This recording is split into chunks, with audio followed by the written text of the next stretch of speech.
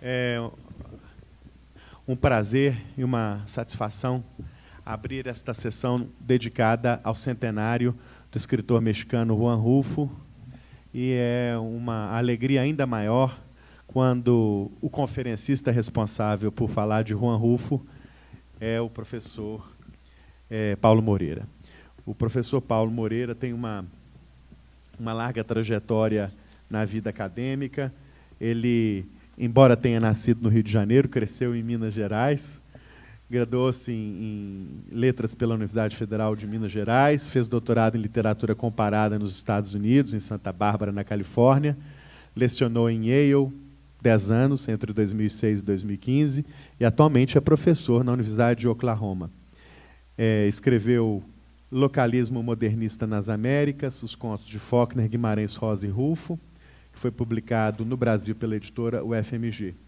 Também escreveu Literary and Cultural Relations Between Brazil and Mexico, Deep Undercurrents, que saiu em 2013. Publicou vários artigos e resenhas sobre literatura brasileira e mexicana, cinema, Lima Barreto, Machado de Assis.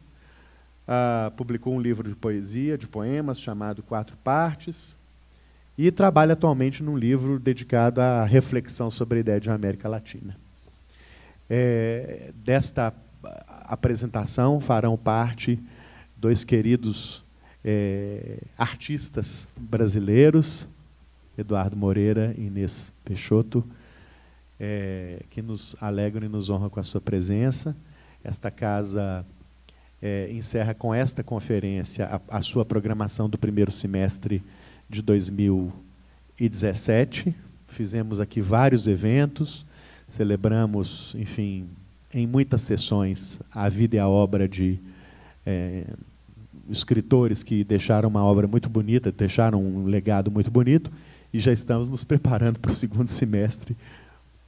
Acompanham no nosso site, no nosso Facebook, os próximos eventos. Queria apenas registrar aqui a presença do confrade Luiz Gifone, de Cristina Agostinho, e passar a palavra já com palmas antecipadas ao Paulo Moreira. Obrigado. Obrigado pela presença. Obrigado, André. Obrigado pelo convite. E é uma honra estar aqui em casa, né? Dizem que santo de casa não faz milagre. Então é sempre bom a gente poder mostrar o trabalho da gente em casa, né? Belo Horizonte é minha casa. E Juan Rulfo é uma paixão minha, a razão pela qual eu estudei, dentre as várias tradições da América Latina, eu me concentrei no México por causa dele, né? E continua sendo uma grande paixão, e é um grande prazer para mim conversar, celebrar a obra dele hoje aqui. Eu acabo de perceber que eu esqueci aquele controlezinho mágico, que deve estar ali embaixo.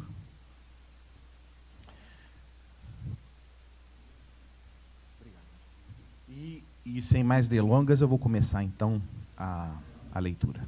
Eu vou fazer uma leitura que eu espero que seja mais ou menos breve, e depois a gente passa para a segunda parte que eu acho que vai ser mais interessante, que é a leitura de dois trechos que eu considero importantes do Memórias Póstumas de Brás Cubas e do Pedro Páramo, pelo Eduardo Moreira e pela Inês Peixoto, que eu acho que vai servir como uma espécie de ilustração mais concreta das coisas que eu vou falar aqui hoje.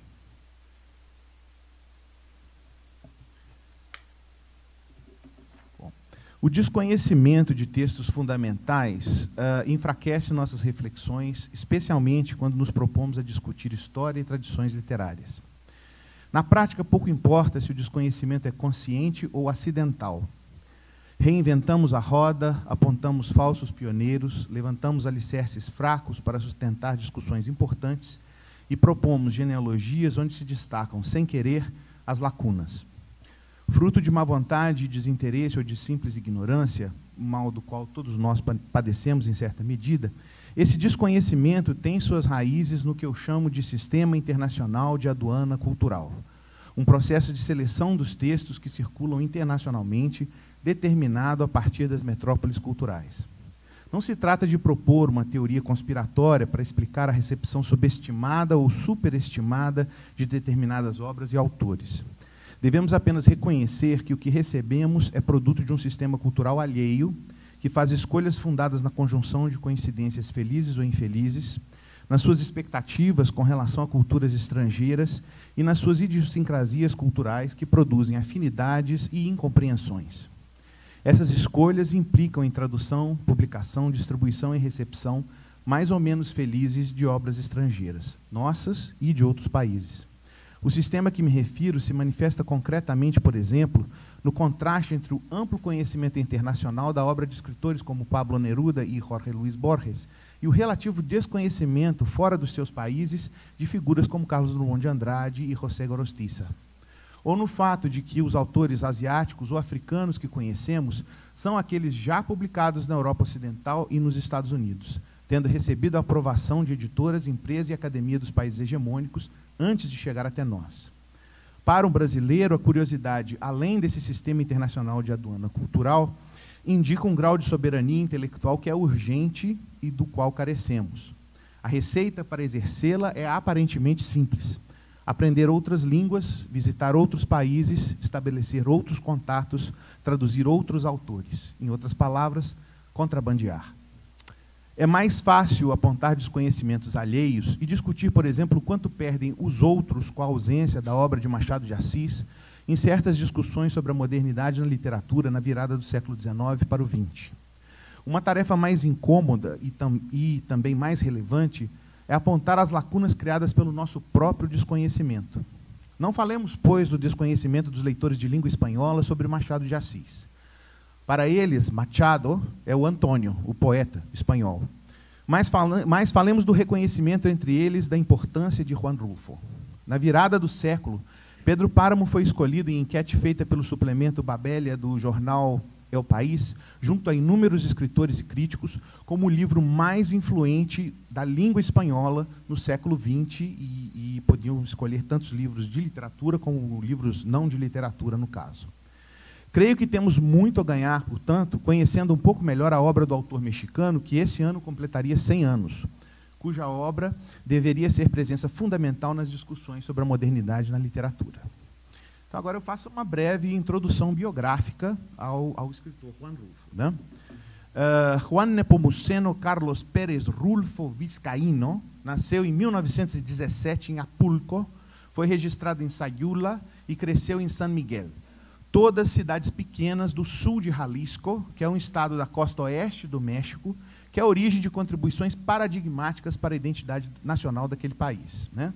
De Jalisco vem a música, mariachi, e a melhor tequila. E nasceram ali, além de Rulfo, outros escritores de renome no México, como Mariano Azuela e Juan José Arreola, muralistas como José Clemente Orozco, Roberto Montenegro e o Dr. Atl, o arquiteto Luiz Barragán, o cineasta Guillermo del Toro e o ator Gael García Bernal, entre muitos outros. A infância de Rulfo foi marcada por eventos traumáticos. A Revolução Mexicana, começada em 1910, sacudiu o país até 1920, e os governos de Álvaro Obregón e Plutarco Elías Calles ainda foram marcados por instabilidade política e violência. Em 1923, o pai de Juan Rulfo foi assassinado com um tiro pelas costas, quando ele tinha apenas 6 anos. Em 1926, 3 anos depois, começou a Guerra Cristera, que sacudiu Jalisco por vários anos, com combates entre as forças do governo e grupos armados sancionados pela Igreja Católica, né, com o grito Viva Cristo Rei, né? Entre 1927, a guerra então vai durar de 1926 até praticamente 1930, né, a Guerra Cristera, né? Em 1927, a mãe de Rulfo também morreu, e o menino, de então 10 anos de idade, foi mandado para o orfanato, de onde saiu, com 15 anos, para uma curta experiência infeliz e frustrada no seminário. Quando fez 17 anos, Rulfo conseguiu, através de um tio, um emprego na cidade do México.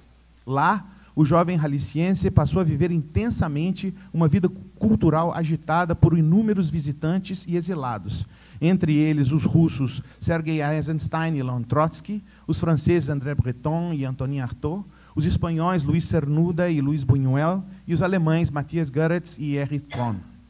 Rulfo assiste como ouvinte aulas da Faculdade de Filosofia e Letras da UNAM e viaja por todo o país. A partir de 1945, ele começa a publicar contos nas revistas Pan, de Guadalajara, o estado natal dele, e América, publicada na capital federal, onde aparece pela primeira vez também o seu hoje reconhecido trabalho fotográfico.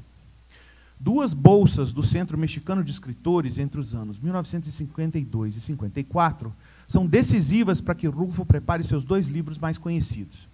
Em 53, sai a primeira edição do livro de contos El Llano en Llamas. O Llano aqui leva letra maiúscula por referir-se ao Llano Grande, que é um planalto que domina o sul de Jalisco. E em 1955, publica-se Pedro Páramo. Fragmentos do romance já tinham sido publicados em revistas literárias também, poucos anos antes. Com o passar dos anos, crescem o impacto dos 2 livros e a reputação do autor. E também as expectativas de público e crítica quanto a novas produções, mas segue-se uma produção muito esparsa. Alguns poucos novos contos, depois incorporados à coleção de 1953, e revisões pontuais no texto de Pedro Páramo. E também um envolvimento com o cinema, que começa com a adaptação do conto Talpa, dirigido por Alfredo Crevena, em 1956, foi levado a Cannes no ano seguinte, e culmina com os filmes El Gallo de Oro, de 1964, dirigido por Roberto Galvadón, e La Fórmula Secreta, um média-metragem, em 1965, de Rubén Gámez. Uma versão em prosa de El Gallo de Oro já estava terminada e pronta em 1958, mas só foi publicada em 1980, com outros textos de Rulfo para o cinema, naquele livro que está ali, El Gallo de Oro e outros textos para el cine, que também já foi traduzido para o português. O suposto silêncio de Rulfo é um mito. Ele seguiu dando entrevistas, trabalhando como editor no Instituto Nacional Indigenista do México, escrevendo, por exemplo, uma coluna na revista El Cuento, onde apresentava e propunha a leitura de textos de outros autores, e ministrando aulas em oficinas literárias para bolsistas. O reconhecimento crescente da sua obra causa ressentimentos e boatos, por vezes bastante maldosos sobre o escritor que não consegue mais escrever. Um caminho mais interessante para analisar esse caráter enxuto da obra de Rulfo é pensar em um artista para quem a carreira, o centro absoluto da vida literária de tantos, sempre esteve subordinada, antes de tudo, à obra. Um conto de 1969, chamado El Zorro Más Sabio, a raposa mais sábia, né? O amigo Augusto Monterroso parodia uma fábula com animais para abordar o tema. A raposa do título, após publicar 2 livros de crescente êxito nacional e internacional de público e crítica, é seguidamente importunada em efemérides literárias com perguntas sobre um próximo livro. Instado a publicar mais, a raposa argumenta que já publicou 2 bons livros, e frente à insistência na necessidade de publicar mais, ela se limita a pensar em silêncio. En realidad, lo que estos quieren es que yo publique un libro malo, pero como soy el zorro, no lo voy a hacer. O narrador, então, conclui a fábula laconicamente, e não lo hizo. E, realmente, Rulfo foi morrer em 1986 e nunca mais publicou nada além del Gallo de Oro, em 1980, em forma de livro. Como muitos outros escritores fundamentais, Juan Rulfo era, antes de tudo, um leitor voraz. Sua biblioteca chama atenção pela variedade criteriosa, e depoimentos chamam a atenção para a capacidade de Rulfo de ler com atenção e cuidado, desde os mais consagrados até os mais desconhecidos autores. Dentre várias literaturas, Rulfo sempre destacou, em diferentes ocasiões, a literatura brasileira, que ele conhecia como pouquíssimos em seu país, tendo inclusive indicado ao escritor Daniel Sada, que ele orientou em oficinas no começo da carreira deste, a necessidade de estudar a literatura brasileira e, particularmente, de estudar Guimarães Rosa, fato de central importância na obra desse escritor mexicano, Daniel Sada, que recentemente faleceu. Um levantamento parcial da sua biblioteca nos revela que Rulfo possuía 5 livros de Machado de Assis. Um Dom Casmurro, de edição argentina, de 1943, um Memórias Póstumas de Brás Cubas, do Fundo de Cultura Econômico, de 1951, portanto, ambos anteriores à publicação dos livros dele, 2 coletâneas de conto, Várias Histórias, da Casa das Américas, a editorial cubana, em 1972, e um Cuentos, da Biblioteca Ayacucho venezuelana, de 1978. O último livro que ele tinha do Machado era o Quincas Borba, de 1979, também publicação da Biblioteca Ayacucho. Então, eu gostaria de... Eu penso o resto do meu texto, né, como inspirado pela ideia, puramente uma conjectura, de que o Rulfo teria lido, né, o Memórias Póstumas de Brás Cubas, que ele comprou em 1951, né, e que isso teria, então, um papel importante para abrir certas direções para ele escrever o Pedro Páramo, né. Não foi por simples acaso, portanto, que Rulfo foi escolhido para escrever o prólogo da reedição feita em 1982 da tradução de Antônio Alatorre para Memórias Póstumas de Brás Cubas. Esse texto de Rulfo foi incluída na coleção, aliás, essa reedição de 1982 foi incluída na coleção Clássicos Americanos do Fundo de Cultura Econômica.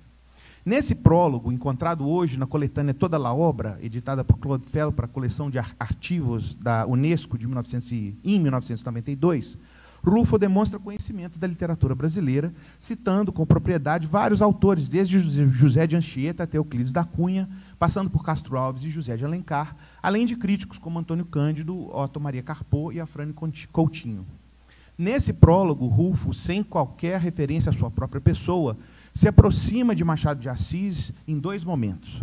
Ao enfatizar a condição de orfandade de Machado de Assis, né, e ele se aproxima do Memórias Póstumas de Brás Cubas, ou aproxima o seu livro, Pedro Páramo, do livro do Machado, mais uma vez sem citar a sua própria pessoa em nenhum momento no prólogo, ao falar do prestígio do romance de Machado de Assis, e aí tem a citação, muy a pesar de certos críticos para quienes, si bien no le reprochaban su calidad, afirmaban que se tratava de uma série de relatos. Quer dizer, então ele chama a atenção que críticos contemporâneos do Machado, na época da publicação do Memórias Póstumas de Brás Cubas, teriam criticado o caráter fragmentário, né, do romance, né, que ele parecia mais uma série de relatos curtos do que um romance, né, que é exatamente o que aconteceu com Pedro Páramo, principalmente no México, né. O Jorge Cepeda, que é um crítico mexicano, que fez uma análise detalhada da recepção inicial do Pedro Páramo,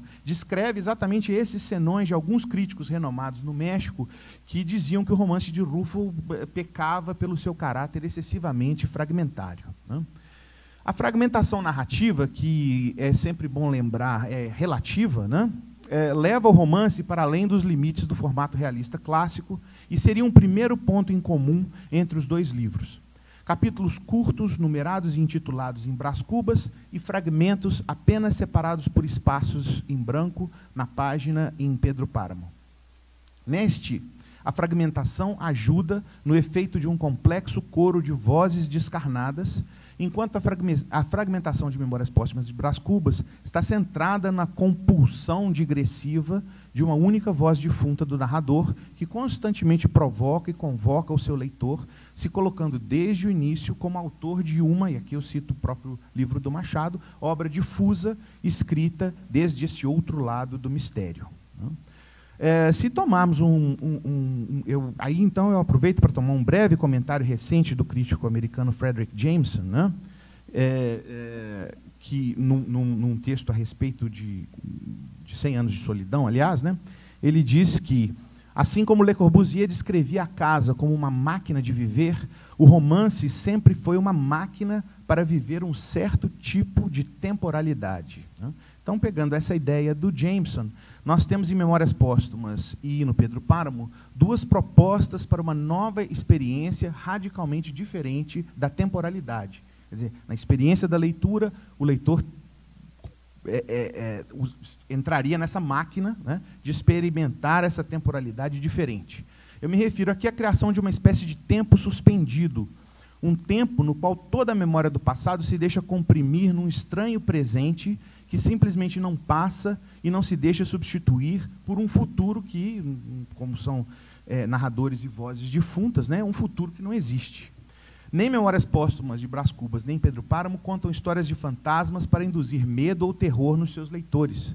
Machado e Rulfo fabricam no tecido narrativo um ponto de vista radicalmente novo, firmemente situada num após-morte, que é sempre, necessariamente, avesso a qualquer tipo de representação.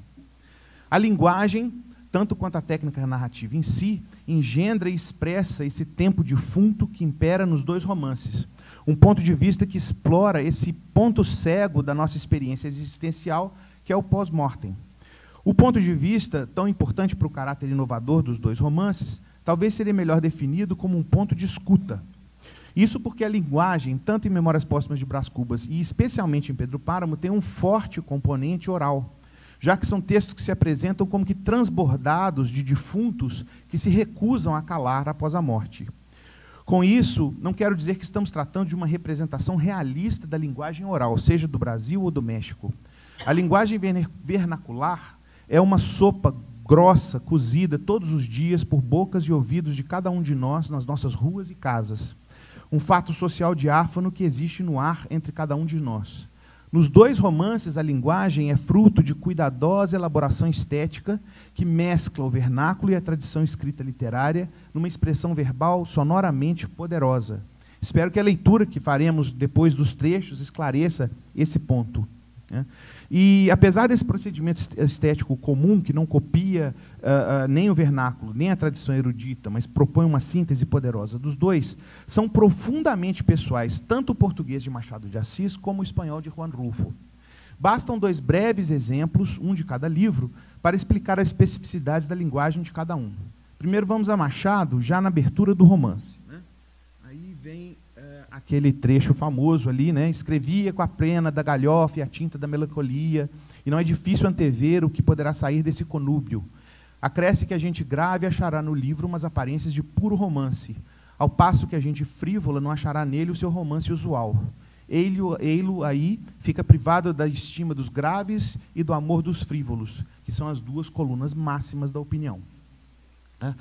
É impressionante a consistência com que a voz narrativa de Memórias Póstumas, articula tudo no seu cosmos literário em termos de uma dança sinuosa entre dois polos opostos complementares.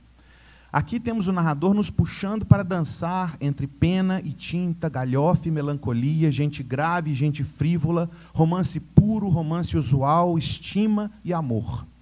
Salte um par de páginas e lá está o narrador trançando agora princípio e fim, nascimento e morte, a campa e o berço, introito e cabo, Moisés e Brás Cubas, esse livro e o Pentateuco, o autor defunto e o defunto autor. Salte uma centena de páginas e giramos com ele entre Virgília e Marcela, uma pele fina e rosada e outra comida de bexigas e amarela, pureza e estigma, olhos avessos e olhos murchos, brandura e repulsa, sair ou ficar. E por aí vamos pelo romance inteiro. O leitor dança com o narrador defunto a fina coreografia de Machado de Assis, sem ter nunca um momento de descanso em qualquer um dos dois polos, exaustivamente propostos e negados. Muitas dessas sequências sinuosas vivem hoje nos corações e mentes de sabe-se lá quantos milhões de falantes do português, muitas vezes sem que esses saibam que estão obliquamente citando e recitando o defunto Brás Cubas. No caso de Pedro Páramo, Rulfo usa concisão e poesia para espalhar por todo o livro máximas, juízos, sentenças e vaticínios, saídos das bocas espectrais dos personagens defuntos. Todos os personagens e todos os narradores de Pedro Páramo estão mortos. Essas frases lapidares reverberam na memória dos leitores muito depois da leitura, numa fina alquimia verbal que mescla oralidades no registro escrito e poesia no registro prosaico. As vozes descarnadas de Pedro Páramo produzem a linguagem de uma sociedade onde, em vida, manda quem pode e obedece quem tem juízo. Mandatários e ajuizados compartilham a vontade de gravar na pedra ou na carne dos outros a força dos seus desejos e dos ressentimentos expressados em palavras. O golpe de gênio de Rulfo, que aproxima essa sua linguagem impositiva do vai-vem sinuoso do Machado, de Brás Cubas, é articular essas vozes que se querem monológicas e autoritárias num imenso coral dissonante de vozes que não se submetem a uma direção específica, mas que também não se rendem à cacofonia. O caso do protagonista que dá o nome ao livro é paradigmático, né? Pedro Páramo, ele é pai, ele é pai de várias pessoas, mas ele é pai de 3 filhos, né? Para Juan Preciado, né, ele é primeiro a esperança e depois a ilusão. Para o seu outro filho bastardo, Abúndio, né, ele é um rancor vivo. E para Miguel Páramo, o filho que ele assume, é um exemplo de conduta. O Pedro Páramo é para esse filho, Miguel Páramo, um exemplo de conduta a ser copiado em chave grotesca. O Miguel é uma espécie de super Pedro Páramo, né? O pai de Pedro Páramo, Lucas Páramo, né, fala em um inútil, né, um flojo de marca, não se conta com ele para nada. E vaticina que nem para que me sirva de bordão servirá quando eu estiver viejo. Quer dizer, não vai servir nem para se apoiar quando ele estiver velho, Pedro Páramo vai servir, né? E a avó reclama que Pedro Páramo é um sujeito dado a rarezas, né? E que é incapaz de se resignar. E por isso vai a ir mal. É uma maldição, né, que a avó coloca no seu neto, né? Ambos, pai e avó, fazem profecias ao contrário, porque depois da morte do pai, Pedro se transforma numa espécie de super grileiro, latifundiário, cacique, né? Violador de mulheres também, né? Assim, compulsivo e insaciável, né? Nesse segundo momento, enquanto o capataz Fulgor Sedano se espanta com a capacidade de dar golpes e acumular terras do seu patrão, né? Outro personagem, Bartolomé San Juan, fala que Pedro Páramo é la pura maldade. E o padre Renteria fala que Pedro Páramo tem mala sangre. Então, aí, todas essas citações estão aí juntas ali no slide, né? E quando chega a Revolução Mexicana, né, o inimigo latifundiário se transforma num revolucionário às avessas, porque ele vira ao avesso a potência libertária da Revolução, né? Inicialmente, o encontro é um pouco tenso, né? Um revoltoso reclama, né, nesse primeiro encontro, que Pedro Páramo não daria água nem ao galo da Paixão de Cristo, né? Mas o Pedro Páramo ele consegue transformar em líder desse grupo revolucionário um sujeito que trabalha na fazenda dele, chamado Tilcuate, que é uma cobra, né? O Tilcuate é uma cobra, uma cascavel, mais ou menos, né? E o Tilcuate, sempre que se encontra com Pedro Páramo, afirma que toda vez que encontra com Pedro Páramo, ele tira algum proveito daquele encontro, né? Além da fragmentação do enredo e desse trabalho com a linguagem, um terceiro eixo tem papel fundamental nos 2 livros. É a relação crítica entre a sociedade do século XIX no Brasil e do começo do século XX no México e o cosmo literário, onde o inerte Brás Cubas e o hiperativo Pedro Páramo vão se mover. Memórias Póstumas de Brás Cubas desnuda a aparente modorra do Segundo Império e nos revela um torvelinho de contradições, injustiças e violências pequenas e grandes, enquanto o Pedro Páramo desvela as continuidades entre o período pré-revolucionário e o pós-revolucionário, justamente no ano de 1955, 56, quando a Revolução Mexicana é definitivamente transformada num mito, principalmente pelo cinema, né, e pelo PRI, né, pelo Partido paradoxalmente revolucionário e institucional, né, que transforma a Revolução Mexicana num grande mito libertário, né, e o livro é bastante contundente no sentido de criticar essa visão idealizada da Revolução, né. Nos 2 romances fica claro as potencialidades da ideia de representação literária que não se propõe como cópia fiel, não quer ser espelho, mas sim como interpretação crítica da realidade. Quer ser lanterna que ilumina certos aspectos fundamentais da realidade, afiando o gume da inteligência crítica, que é, na minha opinião, um atributo particular das artes. Assim, nem Brás Cubas nem Pedro Páramo se resumem a vilões de panfleto. E aqueles que se apressam em negar que possam ter algo em comum com essas figuras, às vezes tão terríveis, mas também tão terrivelmente humanas, insistem em manter intactos os pontos cegos que os 2 romances investigam obstinadamente. Narrativa, linguagem e representação são, portanto, cuidadosamente trabalhadas para se combinar num todo orgânico e poderoso nesses 2 romances extraordinários. Machado de Assis é um leitor voraz e altamente criativo que transforma em algo radicalmente seu tudo aquilo que aprende com Shakespeare, Cervantes, Sterne e com a tradição romântica, inclusive a brasileira. Rulfo é também um leitor voraz e altamente criativo que transforma em algo radicalmente seu as lições que aprende com Machado de Assis, com Faulkner, com Rilke e com a novela della Rivoluzione. O grande achado dos dois autores, na minha opinião, é dar vez e voz aos defuntos. Em Dialética da Colonização, Alfredo Bose fala da relação entre cultura e cultivo da terra e comenta sobre um momento decisivo em que a figura do colono, ou colonizador, ou até colonizado, faz sua a terra onde vive. É aquele momento em que ele enterra ali não apenas a semente que ele cultiva, mas também os seus mortos que ele então cultua ou esconde debaixo da terra. Machado de Assis e Rulfo desenterram esses mortos e assim revolucionam o romance moderno nos seus países, nas suas línguas e no mundo. Eu gostaria agora de convidar vocês a experimentar, em 2 trechos lidos pelo talento sensível de Eduardo Moreira e Inês Peixoto, um pouco dessas extraordinárias máquinas que nos levam a experimentar esse tempo morto, né?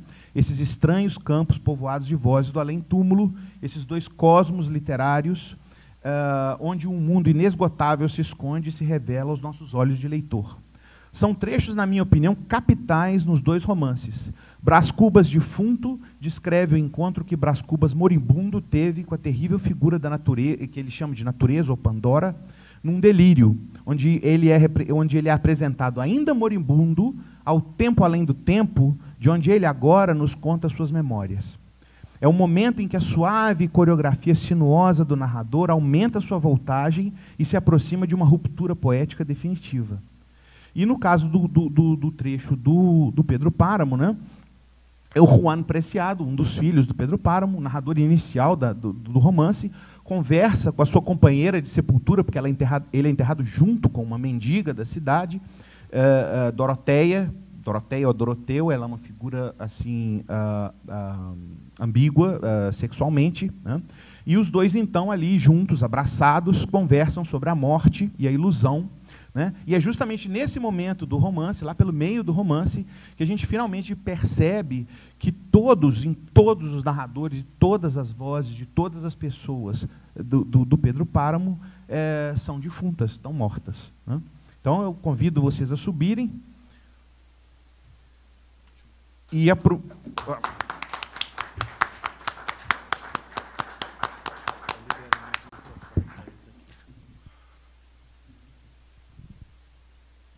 Bom, Memórias Póstumas de Brás Cubas, capítulo 7, O Delírio. Que me conste, ainda ninguém relatou o seu próprio delírio. Faço-o eu, e a ciência mo agradecerá. Se o leitor não é dado à contemplação desses fenômenos mentais, pode saltar o capítulo, vá direto à narração. Mas, por menos curioso que seja, sempre lhe digo que é interessante saber o que se passou na minha cabeça durante uns 20 ou 30 minutos. Primeiramente, tomei a figura de um barbeiro chinês, bojudo, destro, escanhoando um mandarim que me pagava o trabalho com beliscões e confeitos, caprichos de mandarim. Logo depois, senti-me transformado na Suma Teológica de São Tomás, impressa num volume e encadernada em marroquim com fechos de prata e estampas. Ideia essa que me deu ao corpo a mais completa imobilidade. E ainda agora me lembra que, sendo as minhas mãos os fechos do livro e cruzando-as eu sobre o ventre, alguém as descruzava, Virgília de certo, porque a atitude lhe dava a imagem de um defunto.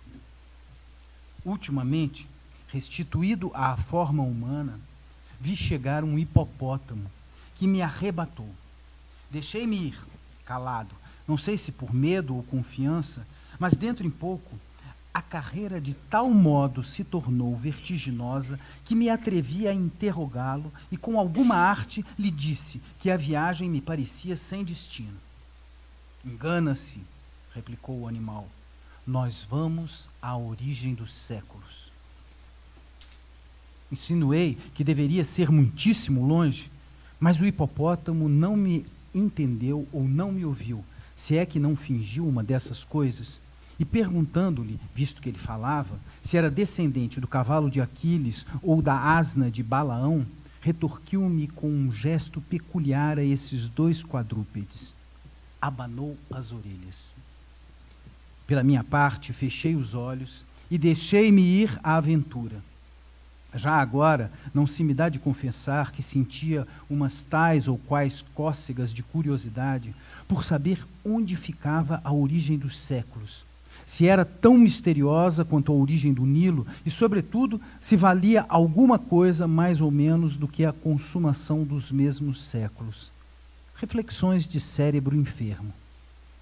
Como ia de olhos fechados, não via o caminho. Lembra-me só que a sensação de frio aumentava com a jornada e que chegou uma ocasião em que me pareceu entrar na região dos gelos eternos.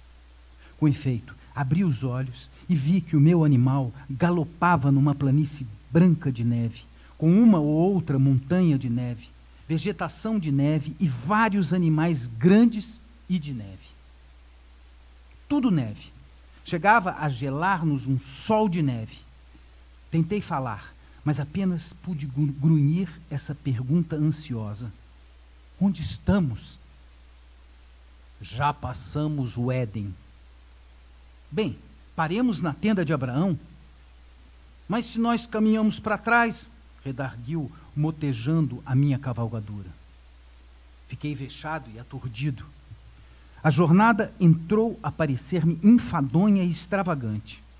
O frio incômodo, a conduta violenta e o resultado impalpável. E depois, cogitações de enfermo, dado que chegássemos ao fim indicado, não era impossível que os séculos, irritados com lhes devassarem a origem, me esmagassem entre as unhas, que deviam ser tão seculares como eles.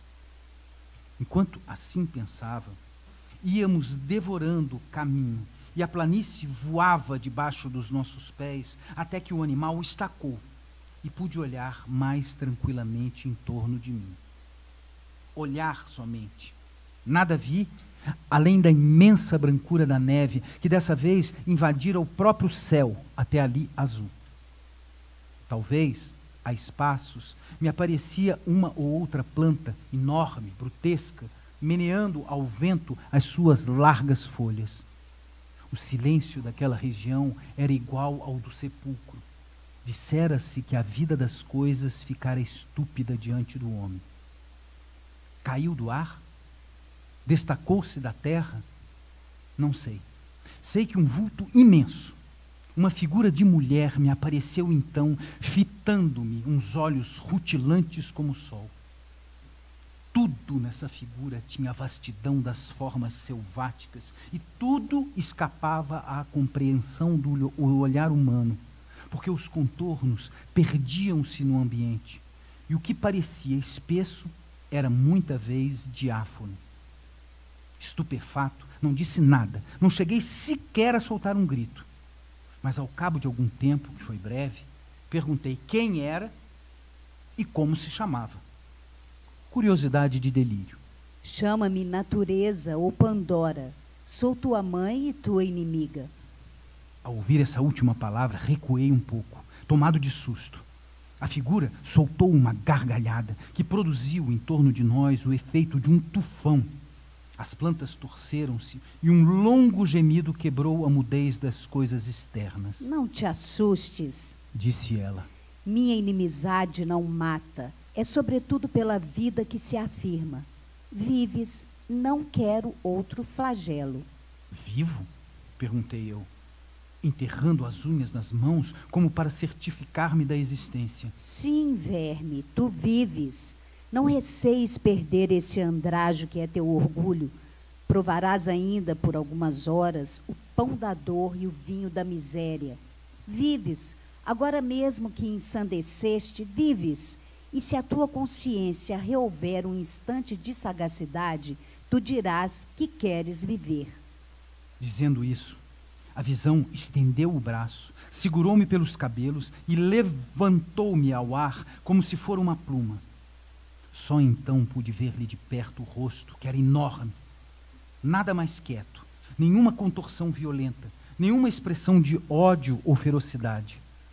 A feição única, geral, completa, era a da impassibilidade egoísta, a da eterna surdez, a da vontade imóvel.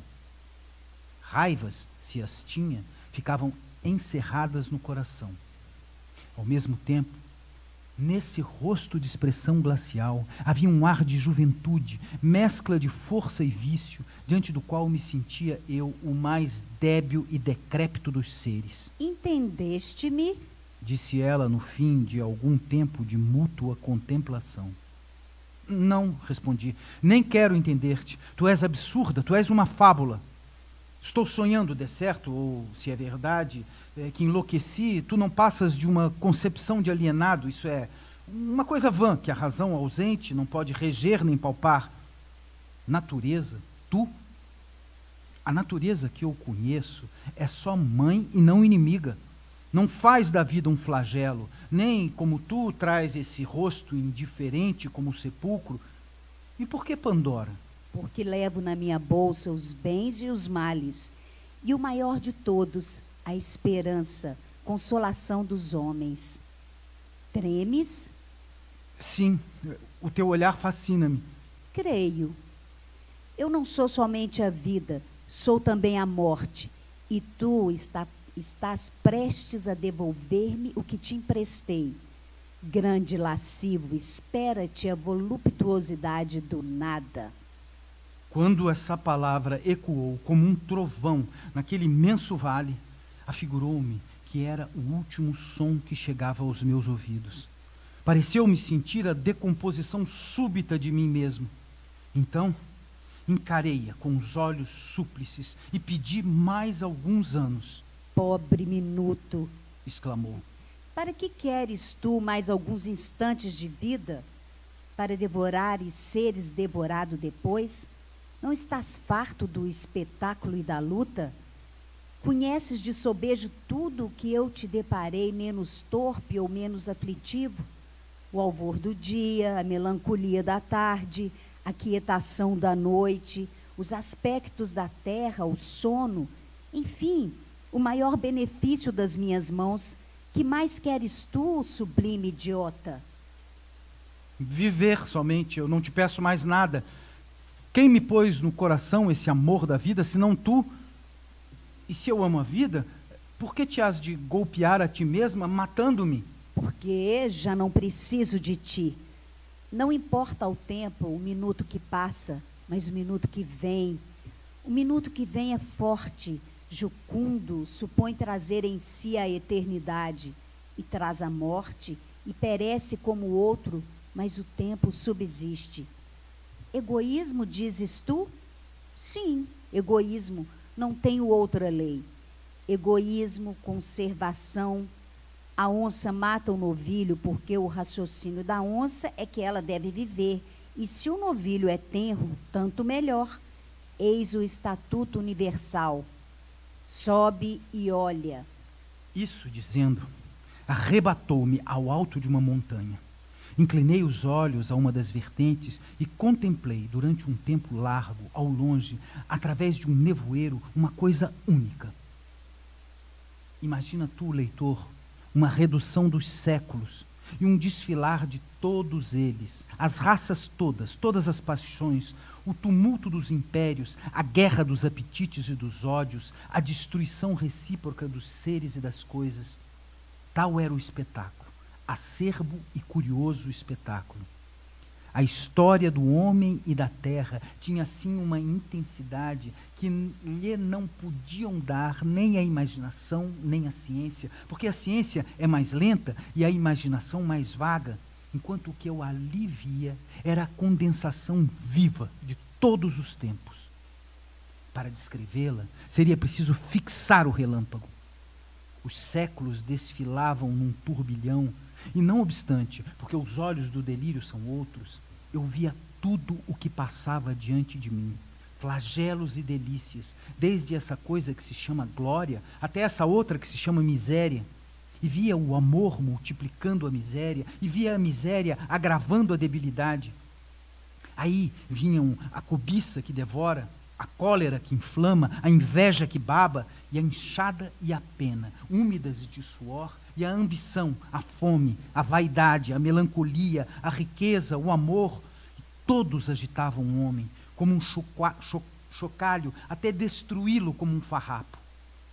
Eram as formas várias de um mal que ora mordia a víscera, ora mordia o pensamento, e passeava eternamente as suas vestes de arlequim em derredor da espécie humana.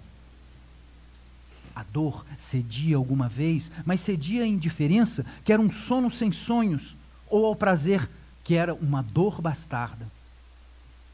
Então o homem, flagelado e rebelde, corria diante da fatalidade das coisas, atrás de uma figura nebulosa e esquiva, feita de retalhos, um retalho de impalpável, outro de improvável, outro de invisível, cozidos todos a ponto precário, com a agulha da imaginação.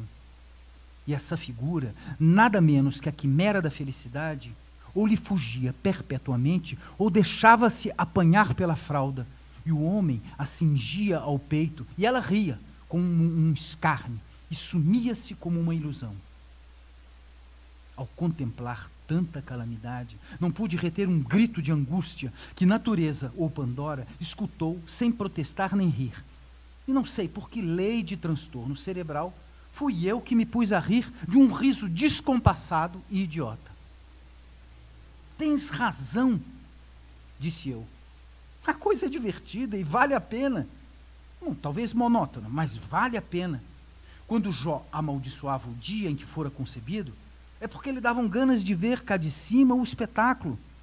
Vamos lá, Pandora, abre o ventre e digere-me. A coisa é divertida, mas digere-me. A resposta foi compelir-me fortemente a olhar para baixo e a ver os séculos que continuavam a passar, velozes e turbulentos, as gerações que se superpunham às gerações, umas tristes, como os hebreus do cativeiro, outras alegres, como os devassos de Cômodo, e todas elas pontuais na sepultura. Quis fugir, mas uma força misteriosa me retinha os pés. Então disse comigo: bem, os séculos vão passando, chegará o meu, e passará também até o último, que me dará a decifração da eternidade. E fixei os olhos, e continuei a ver as idades que vinham chegando e passando, já então tranquilo e resoluto, não sei se até alegre, talvez alegre. Cada século trazia a sua porção de sombra e de luz, de apatia e de combate, de verdade e de erro, e o seu cortejo de sistemas, de ideias novas, de novas ilusões. Em cada um deles rebentavam as verduras de uma primavera e amareleciam depois para remoçar mais tarde. Ao passo que a vida tinha assim uma regularidade de calendário, fazia-se a história e a civilização, e o homem, nu e desarmado, armava-se e vestia-se, construía o tugúrio e o palácio, a rude aldeia e Tebas de 100 portas, criava a ciência que prescruta e a arte que enleva, fazia-se orador, mecânico, filósofo, corria a face do globo, descia ao ventre da terra, subia à esfera das nuvens, colaborando assim na obra misteriosa com que entretinha a necessidade da vida e a melancolia do desamparo. Meu olhar, enfarado e distraído, viu enfim chegar o século presente e atrás dele os futuros. Aquele vinha ágil, destro, vibrante, cheio de si, um pouco difuso, audaz, sabedor, mas ao cabo tão miserável como os primeiros. E assim passou, e assim passaram os outros, com a mesma rapidez e igual monotonia. Redobrei de atenção, fitei a vista, ia enfim ver o último. Mas então já a rapidez da marcha era tal que escapava a toda a compreensão. Ao pé dela, o relâmpago seria um século. Talvez por isso entraram os objetos a trocarem-se. Uns cresceram, outros minguaram, outros perderam-se no ambiente. Um nevoeiro cobriu tudo, menos o hipopótamo, que ali me trouxera e que, aliás, começou a diminuir, até ficar do tamanho de um gato. Era efetivamente um gato. Encarei-o bem. Era o meu gato sultão, que brincava à porta da alcova com uma bola de papel.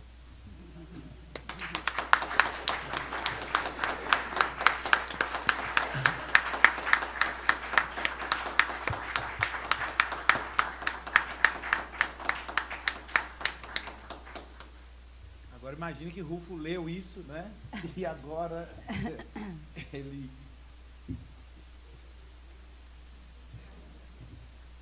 Ai,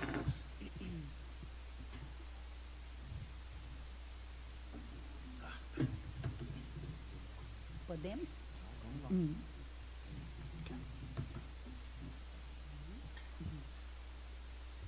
Você quer me fazer crer que morreu do sufoco, Juan Preciado? Eu te encontrei na praça, bem longe da casa de Donis, e comigo estava ele também, dizendo que você estava se fazendo de morto. Entre nós dois te arrastamos até a sombra do portal, já bem estirado, retorcido como morrem os que morrem mortos de medo. Se faltasse ar para respirar nessa noite de que você fala, nos faltaria força para te levar e mais ainda para te enterrar. E olha, te enterramos. tem razão, Doroteu. Você disse que se chama Doroteu? Dá no mesmo, ainda que meu nome seja Doroteia, mas dá no mesmo. De vera, Doroteia, me mataram os murmúrios de minha mãe. Lá acharás a minha querência, o lugar que eu quis, onde os meus sonhos definharam. Minha vila levantada na planura, cheia de árvores e de folhas, feito um cofre onde guardamos nossa memória. Sentirás que ali o sujeito haveria de querer viver para a eternidade. O amanhecer, amanhã, o meio-dia e a noite sempre iguais, só com a diferença do ar. Ali onde o ar muda a cor das coisas, onde a vida ventila como se fosse um murmúrio, como se fosse um puro murmúrio da vida. Doroteia, me mataram os murmúrios. Apesar que eu já trazia o medo retrasado, ele vinha juntando dentro de mim, até que eu não dei mais conta dele. E quando eu cruzei com os murmúrios, me arrebentaram as cordas. Cheguei até a praça, você tem razão. Me levou até ali o bulício da gente, que eu pensei que estava lá de vera. Eu já não estava muito no meu eixo. Me lembro que vi me apoiando nas paredes, como se eu trocasse as mãos pelos pés. E das paredes, parecia que destilava os murmúrios, como se eles se filtrassem por entre as gretas e o descasco. Eu escutava. Eram vozes de gente, mas não vozes claras. Eram secretas, como se murmurassem alguma coisa ao passar, como se zumbissem nas paredes do ouvido. Me apartei das paredes e segui pelo meio da rua, mas escutava mal, igual elas viessem comigo na minha frente ou atrás de mim. Eu não sentia calor, como te disse antes, mas pelo contrário, eu sentia frio. Desde que eu saí da casa daquela mulher que me emprestou a sua cama, e como te disse, eu o vi se desfazer na água do seu suor, desde ali me entrou o frio. E conforme eu andava, o frio aumentava mais e mais, até me arrepiar os pelos. Eu quis retroceder, porque pensei que voltando podia encontrar o calor que tinha deixado para trás. Mas me dei conta que o frio saía de mim, do meu próprio sangue. Então, eu reconheci que estava assustado. Ouvi um alvoroço maior na praça e achei que lá entre a gente me faltaria o medo. Por conta disso é que vocês me encontraram na praça. Quer dizer, que o Donis voltou? A mulher tinha certeza de que não voltaria a ver nunca mais. Foi já de manhã que te encontramos. Ele vinha não sei de onde, não perguntei. Bom, pois então, eu cheguei à praça. Encontrei numa pilastra do portal. Vi que não havia ninguém, ainda que eu ouvisse o murmurar de muita gente em dia de feira. Um rumor parelho, sem tom nem som, parecido com o que o vento faz com os galhos das árvores de noite, quando não se vê nem a árvore nem o galho, mas se escuta o murmurar. Assim, já não dei, mas nem um passo mais. Comecei a sentir que se chegava e dava voltas em volta, aquele zumbido intenso, feito um enxame, até que dei conta de distinguir umas palavras quase vazias de ruído. Rogai a Deus por nós. Isso escutei que me diziam. Então me gelou a alma. Por isso é que vocês me encontraram morto. Antes você não tivesse saído da sua terra. O que é que você veio fazer aqui? Não, já te disse no começo. Eu vim procurar Pedro Páramo, que, pelo que parece, foi meu pai. Foi a ilusão que me trouxe. A ilusão? Essa custa caro. Me custou viver mais que o devido. Paguei assim a dívida de encontrar meu filho, que não foi, assim por dizer, mais do que outra ilusão a mais, porque nunca tive filho nenhum. Agora que eu estou morta, tenho tido tempo de pensar e me inteirar de tudo. Nem o ninho para guardar um filho, meu Deus, me deu.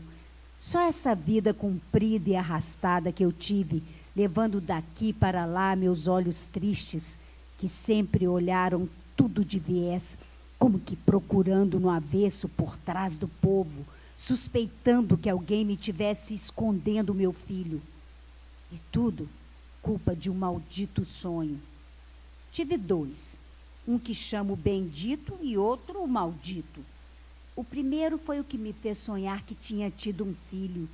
Enquanto vivi, nunca deixei de acreditar que era isso mesmo, porque eu o senti nos meus braços, novinho, completo, com boca, olhos e mãos.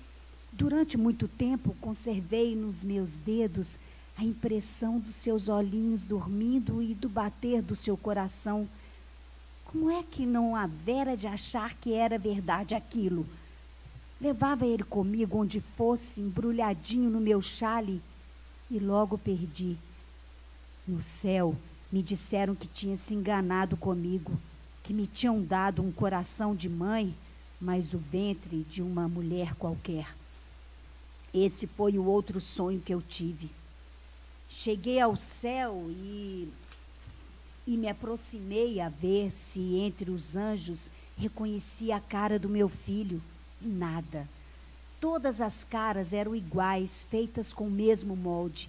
Então perguntei. Um daqueles santos se chegou perto de mim e, sem me dizer nada, mergulhou uma das suas mãos no meu estômago, como se metesse a mão num monte de cera.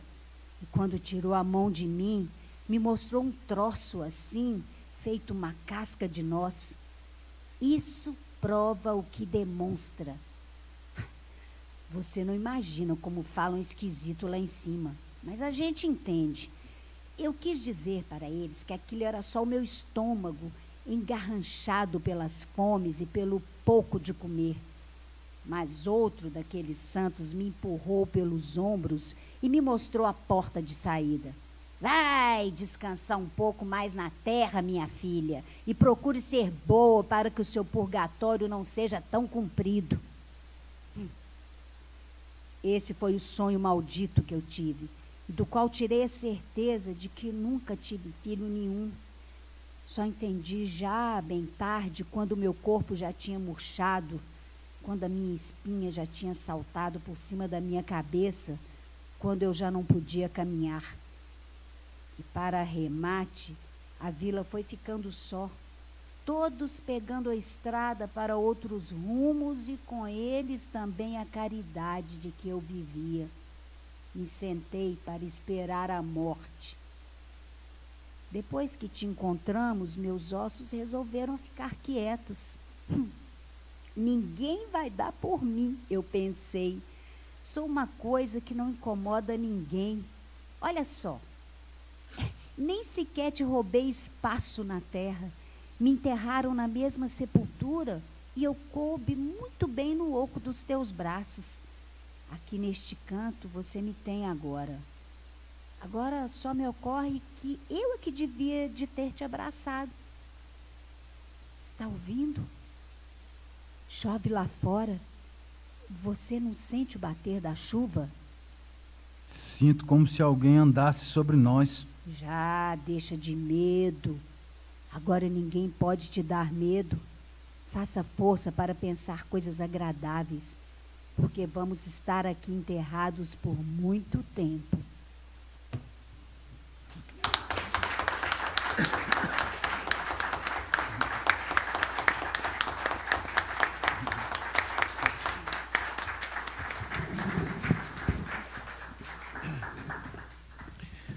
Bom, agora poderia abrir para perguntas, né, ou comentários de quem quiser. Eu espero que tenha sido, de certa forma, iluminadora a leitura dos dois trechos, né? E, como eu disse, eu gosto sempre de imaginar o Rulfo lendo primeiro, né, e depois, então, escrevendo o seu, né?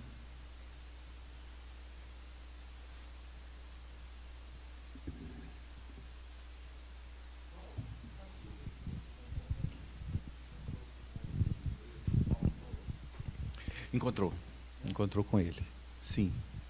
Uma figura seminal nesse México dos anos 30. Sim, sim. O Rulfo teve... ele tinha uma vida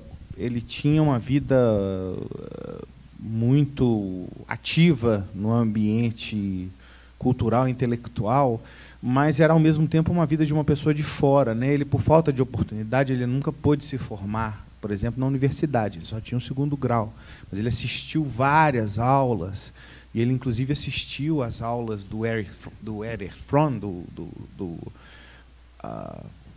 psicólogo marxista, né? E eu também gosto de, às vezes, pensar que aquilo ali também mexeu muito com a cabeça dele. Agora, era uma pessoa que tinha uma vida pública mais lacônica, né? Ele não era muito dado a fazer pronunciamentos, ou escrever sobre a opinião dele, seja sobre literatura ou sobre qualquer outra coisa, né? Além desse projeto bastante modesto, que era essa coluna que ele tinha, que ele simplesmente sugeria a pessoa que lesse outros autores, né? Ele não tinha ele não era muito, não se fazia muito visível, digamos assim, né? Eu acho muito curioso que, há um tempo atrás, eu tive o privilégio de estar lá no México, conhecer a biblioteca dele, conversar com várias pessoas que conheceram o Rulfo, e ele dizia que a coisa que ele mais gostava de fazer era ler. Que, se ele pudesse ser um leitor profissional, era o que ele queria. Que a única coisa que ele queria fazer era ficar lendo o dia inteiro. Ele adorava ler, né? Mas ele viveu a vida dele como um burocrata, né? Até num lugar interessante, no Instituto Indigenista, né? E eu sei que ele esteve com o Cowley, né? Eu sei que ele conversou com o Cowley, né? Mas ele é sempre muito lacônico com relação a essas experiências, né? Eu sei, por exemplo, de histórias dele com Guimarães Rosa, muito divertidas, assim. Os dois tinham um relacionamento bastante... O Rulfo gostava muito do Guimarães Rosa, né? Apreciava muito o Guimarães Rosa como escritor e como pessoa também. Ele tinha uma certa prevenção contra certas figuras do boom latino-americano, né, como Fuentes ou Octavio Paz, que eram figuras assim muito eloquentes e eram intelectuais públicos, e escreviam crítica, né, e essas coisas todas. E ele achava que eles eram um pouco assim convencidos e tinham um pouco de, né? É claro que ele não gostou nada quando Fuentes disse que o Rulfo tinha sido o último romancista da Revolução Mexicana, né, que tinha preparado o terreno para o grande romance mexicano, que era de autoria do Fuentes, né? Então ele não gostava desse tipo de coisa, né? E ele se identificava muito com Guimarães Rosa, porque parece nesses encontros que eles tiveram nos anos 60, né? Guimarães Rosa tinha uma abordagem mais... Tem um texto muito... Um livro foi recentemente traduzido aqui na UFMG, A Raposa de Cima e a Raposa de Baixo, do Arguedas, que tem no início tem uma espécie de diário do Arguedas, em que ele fala sobre essa relação do Rufo do Guimarães Rosa, e dele também, do Arguedas, que também tinha essa relação um pouco tensa com esse outro lado do boom, né?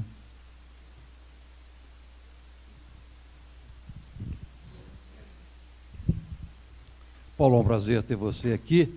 Eu gostaria de saber do Rufo. A pequena obra dele, pequena, grande obra dele, era realmente com medo de uma mala obra, ou era realmente assim, esse vazio, essa incapacidade de produzir?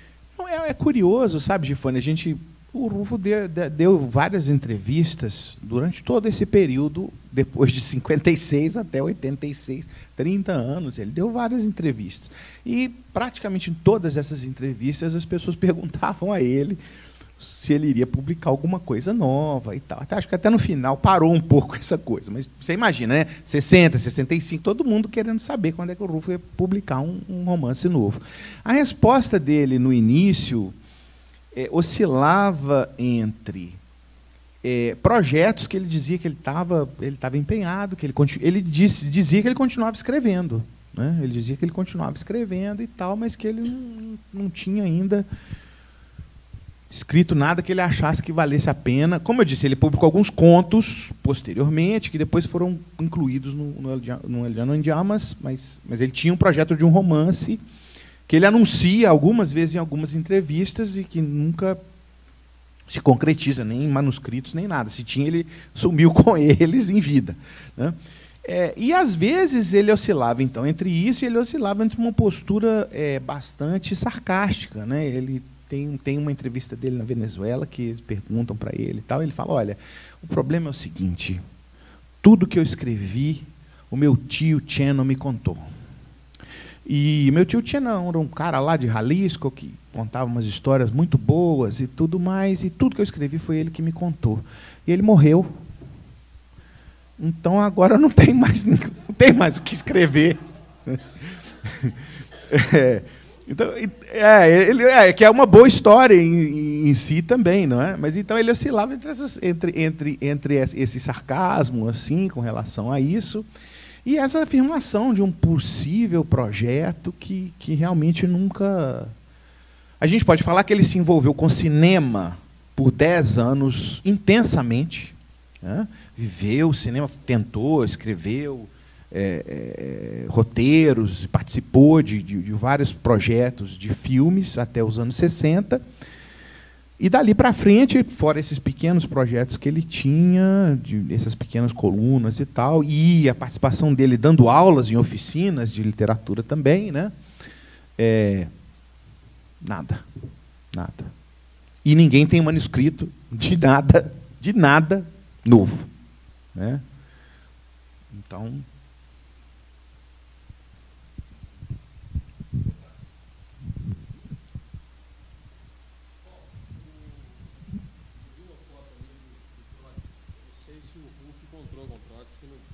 Na casa lá da Frida, do Diego Rivera. Eu não sei, eu não tenho indicações de que sim. Mas o que eu digo é que eu coloquei aquelas fotos porque o México, nos anos 30 e mais até nos anos 40, né, era um grande centro que atraía várias pessoas muito interessantes e que atraía também exilados da Guerra Civil Espanhola, né, a partir da Guerra Civil Espanhola, muitos exilados iam para o México.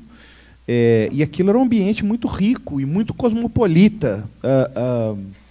Se a gente comparasse os 3 grandes centros assim, culturais, né, seria no Brasil, no México e na Argentina, o México seria o mais cosmopolita de todos nesses anos, porque ele estaria com aquela presença mesmo daqueles artistas importantes, franceses, alemães e tal, e também de outros países latino-americanos ali trabalhando, e também porque o México, ao contrário do Brasil e mesmo da Argentina, vai criar, a partir dos anos 40, uma tradição, eu falo assim, é como se Getúlio Vargas nunca tivesse saído do poder desde os anos 40 até o ano 2000. Então, ele tinha um grande, que, né, para o bem ou para o mal, a gente pode criticar ou elogiar, mas ele tinha um projeto cultural para o país, né? E buscava aglutinar pessoas interessantes, artistas interessantes, em torno desse projeto. Então, o México, a partir lá dos anos 20, já com o sensacional, né, ministro da Educação, que é o José Vasconcelos, com os muralistas e tudo mais, eles criam uma editora estatal, né, uma rede de livrarias, né, estatal, que é para garantir que qualquer cidade média mexicana tenha pelo menos um ou um par de livrarias excelentes distribuindo o que há de melhor da produção do país, né? Uma editora estatal que garante que os grandes autores do país estejam todos publicados, tanto em edição capa dura, comentada, como em edições de bolso populares, né? Sem falar no esforço de conservação do patrimônio, no esforço desse tipo de iniciativas com bolsas para escritores e bolsas para projetos artísticos, que continua até hoje, né? É um mamute burocrático, por um lado, que as pessoas do México reclamam muito, às vezes. Reclamam bastante, né? E eu falo, quer dizer, vocês não sabem o que é que... Porque tem eu sei que tem um lado ruim, sem dúvida que tem um lado ruim. Mas tem esse... Então, o Rufo viveu, né, nesse ambiente, né? Eu não posso te afirmar que ele encontrou, por exemplo, o Trotsky, né? Ou mesmo o Breton, por exemplo, e essas outras figuras. Mas eu sei que ele teve nas aulas do Fromm, né? E eu sei que ele estava ali nos cafés e nas aulas como ouvinte, né, discutindo e conversando sobre as coisas. Ele estava muito a par. É muito interessante a gente pensar no Labirinto da Solidão, do Otávio Paz, né, como um ensaio escrito na mesma época, né? Quer dizer, o que o Rufo faz? Ele opta o seguinte: eu não vou escrever um ensaio. Não vou escrever um ensaio, eu vou escrever o romance. E o romance dele, hoje as pessoas no México em geral concordam que o romance é muito mais interessante do que o romance do Rufo é muito mais interessante que o ensaio do Paz. Os ensaios envelhecem, é lindo, né? O ensaio é muito bonito, tem uma prosa muito bonita, mas os ensaios às vezes envelhecem, né? E os romances têm uma mágica assim que eles ficam, né? Eles continuam interessando a gente, continuam motivando, instigando a gente, gerações e gerações depois, né? Eu falei um pouco dessa coisa da inteligência crítica que as artes têm, né? Que essa maneira de olhar criticamente para a realidade que foge às vezes de um afirmar científico sobre as coisas e que de certa forma sobrevive então dessa maneira no futuro, né?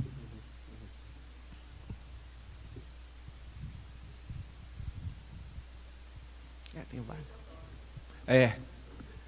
Pois ele tem um trabalho assim, o trabalho dele de fotógrafo é maravilhoso, né? Maravilhoso. E ele, quer dizer, tem algumas quer ver, essas aqui são os autorretratos, né? Dele, né? Tem alguns autorretratos dele jovem e tem esses famosos também que é impressionante, que são só trens e trilhos de um grande centro na cidade do México, que ele vai lá obsessivamente várias vezes e tira bilhões de fotografias dessa área, Nonoalco, né?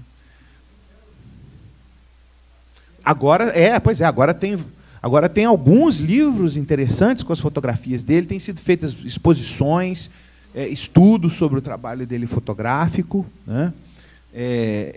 Tem tido um empenho muito bom, a Fundação Juan Rufo tem um empenho assim, muito grande em levar essas fotos para quem tiver interesse. Acho que até coloco aqui se vocês tiverem interesse em trazer algumas fotos, fazer uma exposição com as fotos, se alguém aqui, né, tiver interesse em fazer uma exposição com as fotos do Juan Rufo, eu me disponho a ser ponte aí, porque é um trabalho realmente incrível. Também. E é curioso, Susan Sontag escreveu na revista New Yorker o artigo sobre o Pedro Páramo e o artigo sobre o Memórias Póstumas de Brás Cubas. E os dois artigos vão ser, então, transformados em prefácios de 2 edições nos Estados Unidos dos dois romances, né? É uma outra, digamos assim, uma coincidência, praticamente. Ela não faz referência nem a um nem ao outro, os dois, né?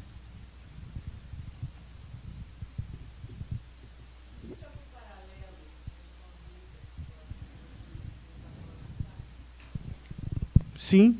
Bom, né, a Dona Sá, praticamente 3 livros, na verdade, e depois, né, um silêncio. Acho que a diferença talvez seja o seguinte: o Radonassar anuncia publicamente, né, que se aposentou, né, renuncia publicamente à sua função de leitor. Parece que agora talvez esteja mudando, não sei. Mas ele anuncia publicamente essa retirada dele do mundo, né? O Rulfo nunca fez isso.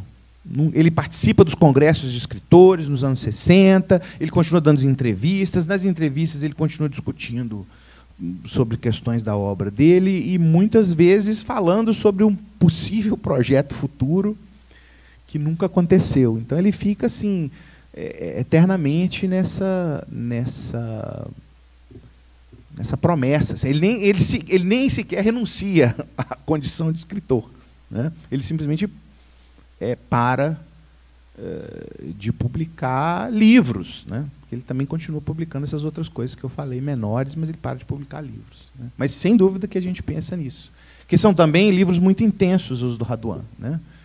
Muito, muito intensos. Uma coisa assim, muito, muito forte, né?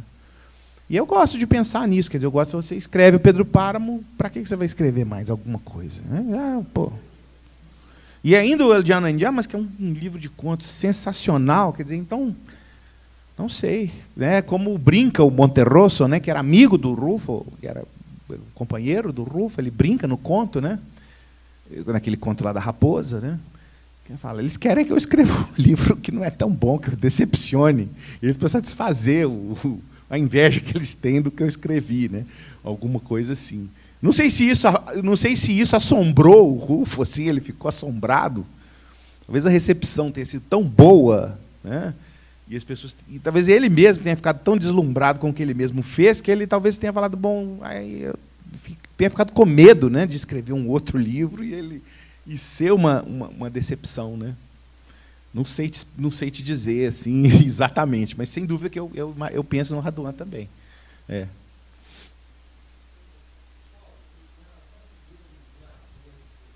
Aham.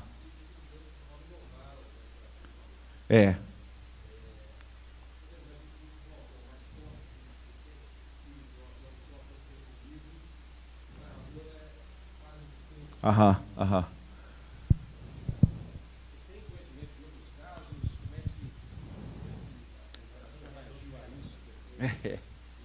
Eu acho assim, tem alguns antecedentes, assim, o próprio Faulkner tem alguns livros em que né, enquanto eu agonizo em português, né, As I Lay Dying, que é também um livro assim de vozes assim e algumas estão vivas, mas tem também a voz, o centro do romance é aquela voz lá da mãe morta lá no meio, né?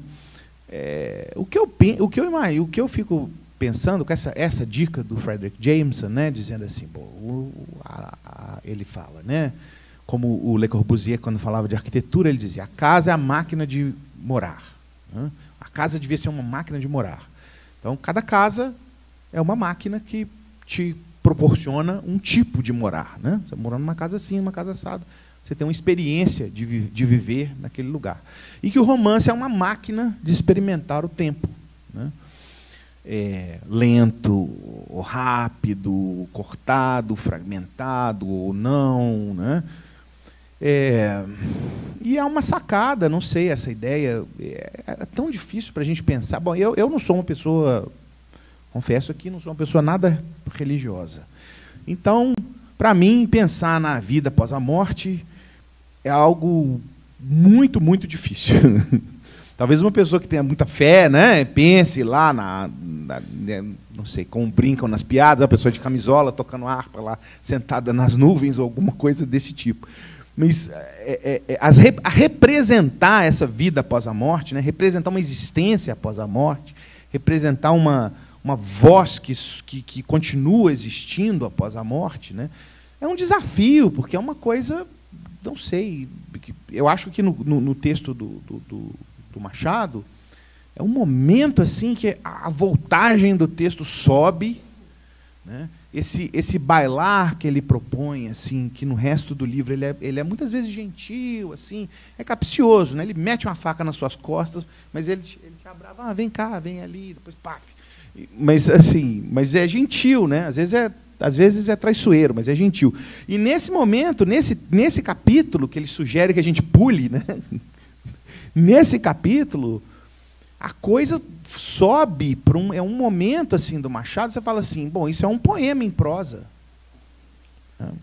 Se aproxima, aqueles momentos, né, em que a prosa se aproxima da poesia, né, que você chega numa prosa poética. Né. Agora, você não chega na prosa poética só por chegar, né? Assim, ele chega na prosa poética porque ele está representando, falando de uma coisa, né? Esse momento em que o passado e o futuro e tudo mais, que é aquele baralho que a gente dispõe assim, né? Hoje, amanhã, e ontem, hoje, amanhã, na ordem certinha, né? Ele propõe uma coisa que é uma hora em que você pega aqui e junta tudo e embaralha tudo, né? Como escrever sobre isso, né? Como falar disso, né? E aí os dois lutam com isso, né? E isso leva a prosa deles, aproxima a prosa deles de uma prosa poética. Também acho que dá a eles o privilégio de uma espécie de um ponto de vista, né? O Brás Cubas é um cara que ele não está nem aí, né? Ele já morreu. Então, ele, sabe, porque aquela coisa do cara que escreve as memórias lá, que ele é velho, né? Existe a preocupação dele com o legado, né? com alguma coisa, deixar uma imagem para... Não, o Brás Cubas já morreu, então ele já não, isso é uma coisa de quem está morrendo, não de quem já morreu. Então ele é um cara que ele não está nem aí, né? Ele não, então por isso que eu digo aqui, ele se desnuda.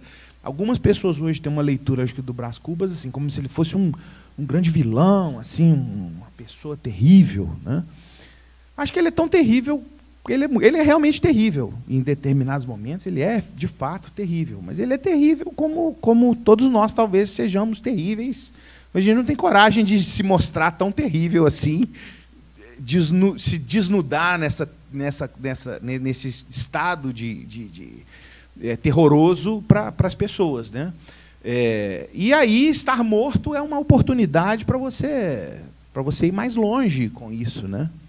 E o Rulfo, de certa forma, ele usa isso também. Quer dizer, essas vozes, os caras são todas pessoas que já morreram. É estranho, porque é muito concreto, né? Eles estão debaixo da terra. Você vê, termina com eles escutando as gotas da chuva, ou discutindo, será que as gotas da chuva é alguém que está andando aí em cima da sepultura, né? Então é muito concreto, né? Os meus ossos pararam, é uma experiência muito concreta do corpo, né? Acho que o Brás Cubas é quase uma voz assim, né? Sem corpo, parece. Mas é uma oportunidade, né? Uma oportunidade e um desafio também, porque eu acho que, não sei, eu acho que são dois achados, né? Dois momentos assim luminosos, né? Da prosa e do romance. E é como eu digo, eu acho assim, as pessoas que estudam, talvez, as pessoas que estudam em outros lugares e não conhecem o Machado de Assis, ou que não conhecem o Rulfo, elas estão perdendo muito, né? Elas estão discutindo sobre o romance e tal, sobre as coisas, mas eles não conhecem. Eu tenho, né, mais de 10 anos já nos Estados Unidos, né? Então eu já superei de muito tempo esse sentimento assim de inconformismo, né? Machado, quem? Pô, como é que você... Putz, grila. 30 anos estudando literatura, você não leu nenhum Machadinho sequer, não sabe nem quem ele é, né? Eu já passei do tempo de ficar me aborrecendo com isso, porque eu acho assim, que isso é um problema, como eu digo, eu acho mais interessante eu vir aqui e falar, olha, tem o Rulfo aqui, vamos ler o Rulfo, vamos conhecer e tal, para nós, porque é uma vantagem para nós, né? E é uma vantagem nossa a gente conhecer o Machado. Se ninguém não conhece, eu lamento, eu acho uma pena, né? E uma perda cultural para a pessoa que quer ser um escritor, um romancista e tal, ele não conhecer o Machado, não experimentar, não ler o Machado, é uma grande perda, né? E a mesma coisa com o Rulfo. Então, assim, por isso que eu falo do contrabando aqui no começo, né? Porque a gente tem que contrabandear e fazer valer os nossos interesses e as nossas idiosincrasias até, em escolher os autores que chegam até nós, e não necessariamente só receber aquelas pessoas que foram escolhidas e selecionadas num outro lugar, de acordo com outras questões, né? Enfim. As explicações, né, a gente conhece, muitas pessoas escrevem, por que Machado de Assis não é conhecido, né? Por que Machado de Assis não é tão conhecido como ele deveria ser? Eu não sei se essa pergunta é tão interessante assim, né? Eu prefiro atuar no sentido de trazer, como eu faço nos Estados Unidos, quer dizer, eu dei aula durante muitos anos lá, uma aula para primeiro ano, né, de introdução ao conto latino-americano, todo em inglês, né? Então, gente, olha, tinha com um número muito grande eram contos, então tinha Machado de Assis, tinha Clarice Lispector, tinha Guimarães Rosa, tinha Borges, tinha Rulfo, enfim, um monte de pessoas assim que eram contempladas, vamos dizer, com um número grande de contos, né? Porque eu acredito que é uma coisa importante para a formação de qualquer pessoa que é interessada em literatura, né? Mas existe um sistema de pesos e medidas, né? Meus filhos que cresceram nos Estados Unidos, eles saem pela rua aqui no Brasil e falam assim, mas está tudo escrito em inglês? Quer dizer, isso é um fato, mas assim, né, eu acho que não pode ficar emperrado com essa coisa, né? Tem que seguir em frente e buscar divulgar as coisas que a gente acha interessantes e pensar sobre as coisas que a gente acha interessantes e deixar essas coisas para lá, né?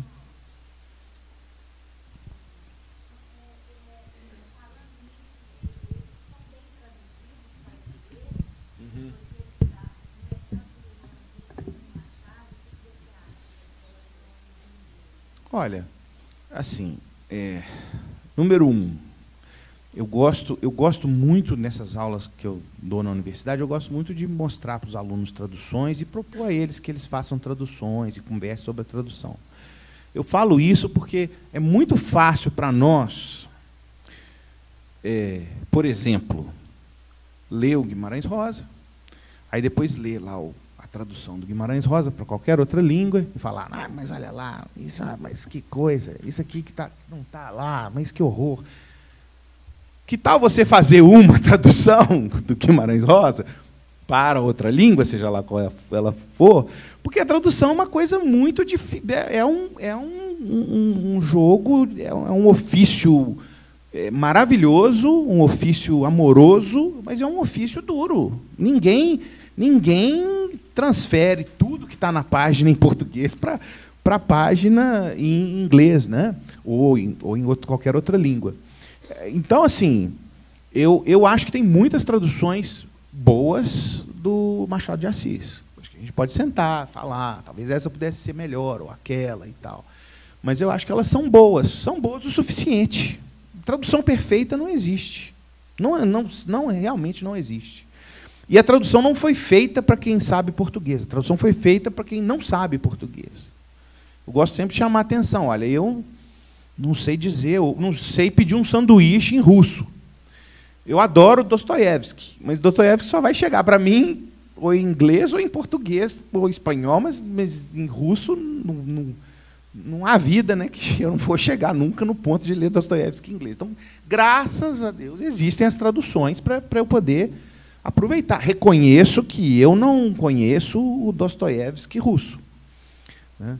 Mas fico felicíssimo com o Dostoiévski em português ou em inglês com que eu leio, né? Então, poxa, eu acho assim, eu por exemplo, dei aula do Guimarães Rosa e usei a tradução que existe até agora, né, a tradução do Grande Sertão Veredas. Ah, uma tradução problemática? É. Mas eu peço a vocês para imaginar o que é traduzir o Grande Sertão Veredas também. Né? Eu me encontrei num congresso, uma coisa com Gregory Rabassa, que é um grande tradutor, que traduziu o Gabriel Garcia Marques, Os 100 Anos de Solidão, né, um grande best-seller em inglês. E conversei e perguntei a ele. Ele disse que chegou para ele a ideia de traduzir o Grande Sertão Veredas. E que ele falou, estou fora. Estou fora porque não, é um abacaxi, é uma coisa... um trabalho terrível, né? Então, voltando à questão da tradução, acho que as traduções do Machado são melhores, né? Vocês viram, quando a gente trabalhou com o texto, eu acabei fazendo uma terceira tradução. Esse trecho que a gente leu é uma terceira tradução que eu fiz. Tem 2 traduções já do Pedro Páramo no Brasil, né? Fora a tradução portuguesa, mas eu optei por fazer um terceiro texto, que não é completamente diferente das outras 2. Eu não acho as outras 2 ruins, né? Eu acho que a gente conversou, né, e eu falei que tinham certas coisas que eu achava que podiam ser melhores, né? É muito difícil traduzir Juan Rulfo. Muito difícil. Porque ele é um cara que... A frase do Juan Rulfo fica na tua cabeça um mês depois. Ainda mais essas maldições assim, né? A avó vai lá e fala, você vai não sei o quê, você dorme, tem pesadelo com essas coisas, né? Com alguém falando umas coisas assim com você, né? Vai acabar mal, isso vai acabar mal e tal, e você fica, né? E tem uma mescla de um vernáculo mexicano, oral, de gente humilde, de Jalisco, né? Uma forma de falar, né, que não é uma cópia daquela forma de falar, como o Guimarães Rosa não é uma cópia do jeito de falar das pessoas do norte de Minas, mas é um trabalhar... é como eu estava falando, eu acho importante essa questão que eu coloquei, é uma representação não como espelho da fala de uma pessoa, mas como uma lanterninha, como uma luz que você coloca para aquela forma de falar, né? Aí, o que acontece com a tradução? Você pega um texto em português e ele propõe uma distância entre o que a gente chamaria de português corrente, contemporâneo, formal, né, e a linguagem que está ali dentro daquele romance, né? Então, ele pode estar aqui, né, ele pode estar aqui, né, ele pode estar muito longe ou muito próximo. Quanto mais próximo ele está daqui, mais fácil é. Né? Porque você pega um inglês formal, não sei o quê, urbano, contemporâneo, e escreve lá igual e tranquilo. Mas o que você faz com... Quer dizer, o que você faz com o Faulkner, por exemplo? O cara fala, tem um sotaque, tem marcas do sul dos Estados Unidos. Aí você traduz para o português. O que você vai fazer? Vai botar um sotaque gaúcho no sujeito? Vai fazer ele meio mineiro também? Quer dizer, é uma questão que não tem muita solução assim perfeita. Né? Não existe uma solução perfeita para isso. Guimarães Rosa, Juan Rulfo, o próprio Faulkner, são escritores que têm essa marca muito grande de uma pesquisa estética muito intensa com o vernáculo, né? com a linguagem oral e popular. Transferir isso para outra língua é sempre um desafio terrível. Né? Por quê? Porque é fluente,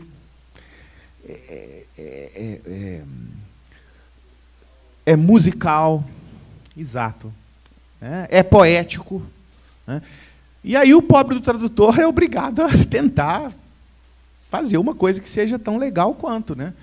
E, infelizmente, às vezes, né? Então, para resumir, acho que o Machado é mais fácil de traduzir, do que Juan Rulfo. Mas acho que nenhum dos dois tem traduções perfeitas. Tem traduções com problemas. Eu acho, às vezes, a tradução do Éric Nepomuceno, a mais nova aqui no Brasil, às vezes usa umas palavras, umas coisas que eu acho meio, não sei, uma coisa meio sensal. Certos termos, assim, que são muito, não sei, me soa uma coisa assim, sei lá, uma cidade urbana contemporânea, uma pessoa falando, né? E acho que não é essa a pegada do texto original. Propor uma coisa é difícil, né? E eu chamo a atenção para o seguinte: grandes textos modernistas, considerados do cânone mundial, por exemplo, James Joyce e William Faulkner. Ambos dificílimos de traduzir. Textos que são difíceis no inglês e que são muito difíceis para traduzir. Mas as pessoas se forçam a ler os dois, porque eles carregam uma aura, né? Vai falar, esse aqui é o James Joyce, esse é o Ulisses e tal. Então você, nossa, vou lá, vamos embora. Nossa, tá. E nesse sistema internacional, quando você chega para um cara, para um francês, ou para um alemão, ou para um inglês, e você fala assim, esse cara aqui é um sujeito chamado Machado de Assis, né? Então, é a mesma coisa que eu chegar para você e falar, tem esse escritor aqui, muito bom, se chama Pelópidas da Silva. A aura dele, ele não tem aura nem, ele, né? Joyce, aura, aquela coisa toda, né?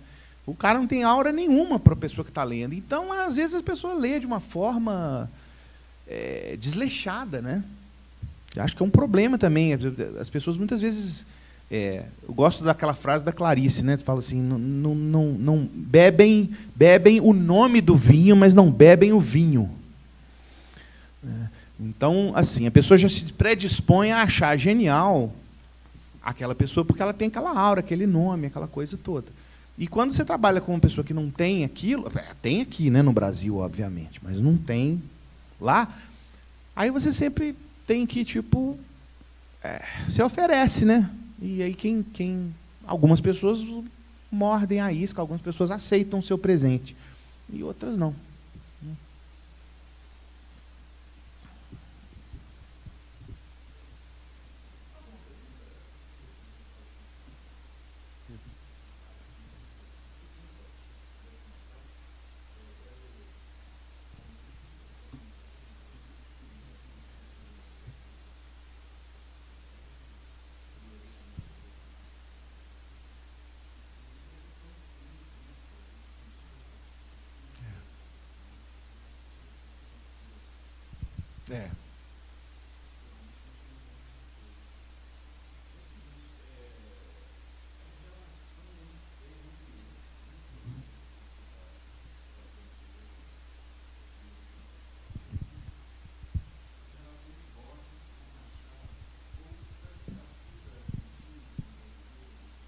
Uhum.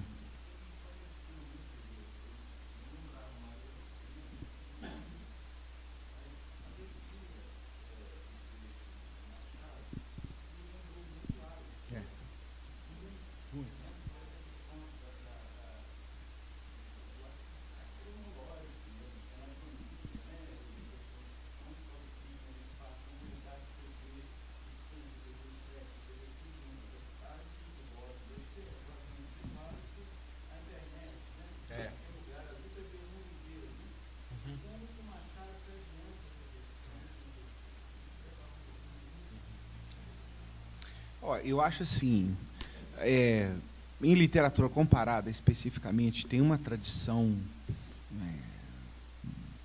antiga, né, que era de você sempre estabelecer aquelas genealogias, né, em que você põe assim, esse cara é o pioneiro, ele escreveu no ano tal, aí o fulano de tal leu esse cara, aí ele escreveu, e existe até uma tendência a criar uma espécie de hierarquia assim, entre assim, grandes inventores, pioneiros e epígonos, meras cópias daquela coisa, né? O Machado, ele é engraçado, né? Teve uma vez que teve um cara que começou a querer, realmente acreditava piamente que Machado tinha sido influenciado por Proust. Cronologicamente impossível, né? Como é que quer dizer, em outras palavras, o Borges, pelo que eu não sou especialista em Borges, pelo que eu sei, ele nunca admitiu para ninguém, nem falou com ninguém sobre o Machado, né?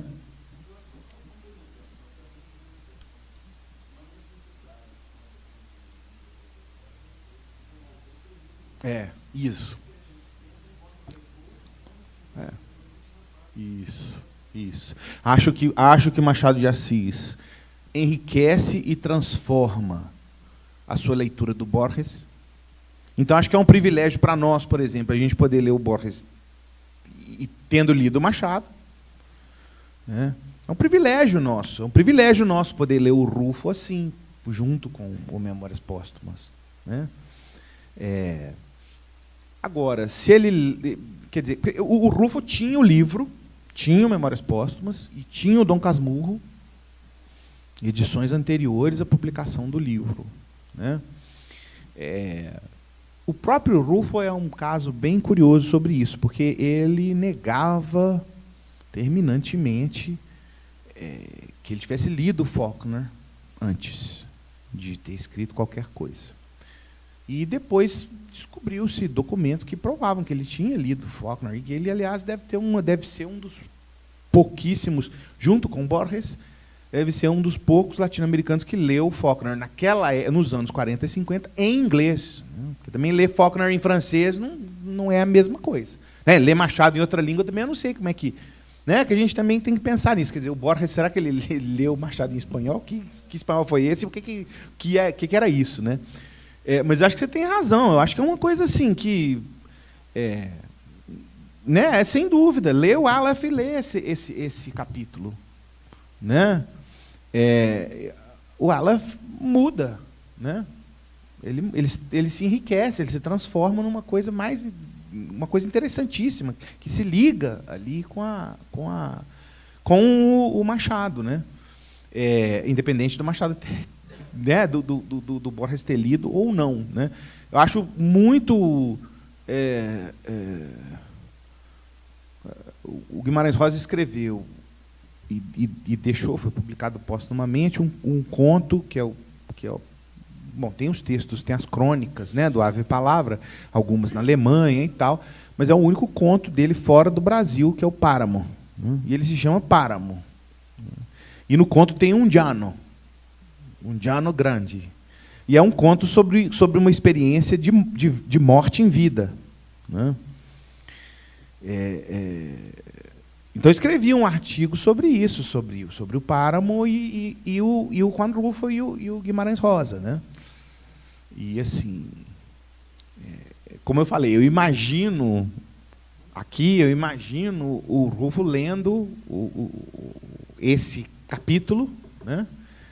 E depois sentando e escrevendo, por exemplo, esse fragmento. Né? Acho que é bem claro que o Rulfo é o Rulfo, né? E as coisas são dele. Né? Né? Mas eu gosto de imaginar essas coisas. Então, eu gosto de imaginar também o Guimarães Rosa, naquela altura, lendo lá o Pedro Páramo, achando interessante, e aí fazendo uma coisa com a Colômbia, com Bogotá, que ele conhecia, que era uma coisa que ele tinha um conhecimento, que ele morou, né? Ele passou, acho que 2 anos em Bogotá, então ele conhecia bem. Né?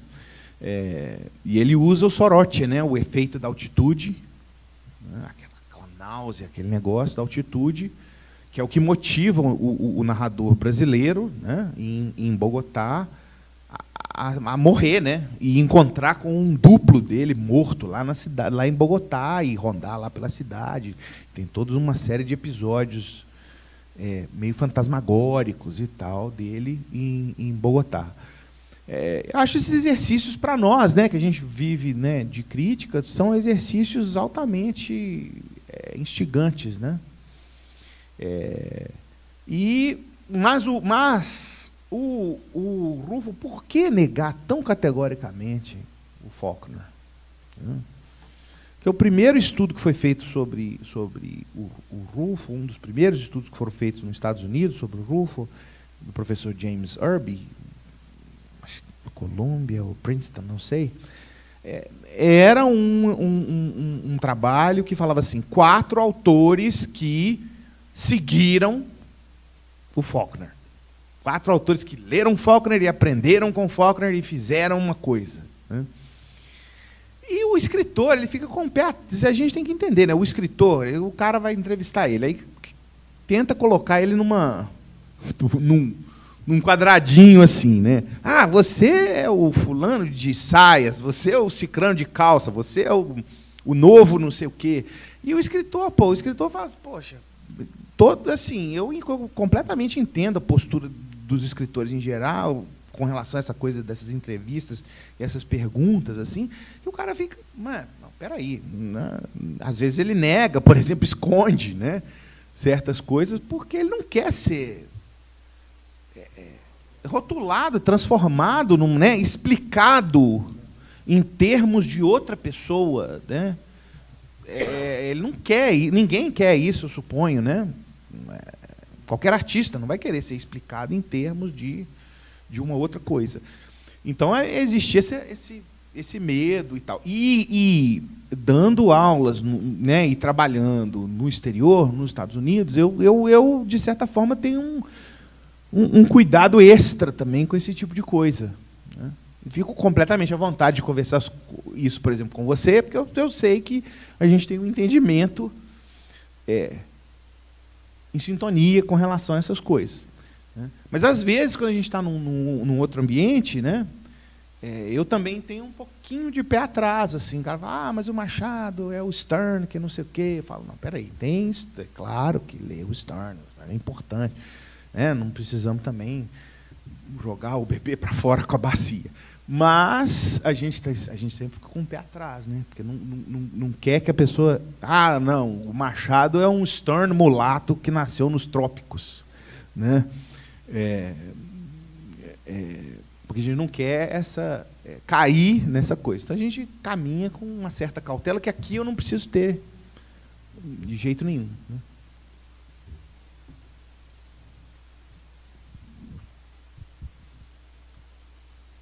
Muito bem, queria...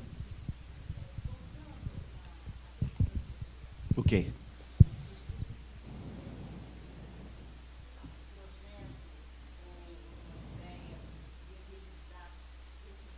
Uhum. Sim. Sim. Sim.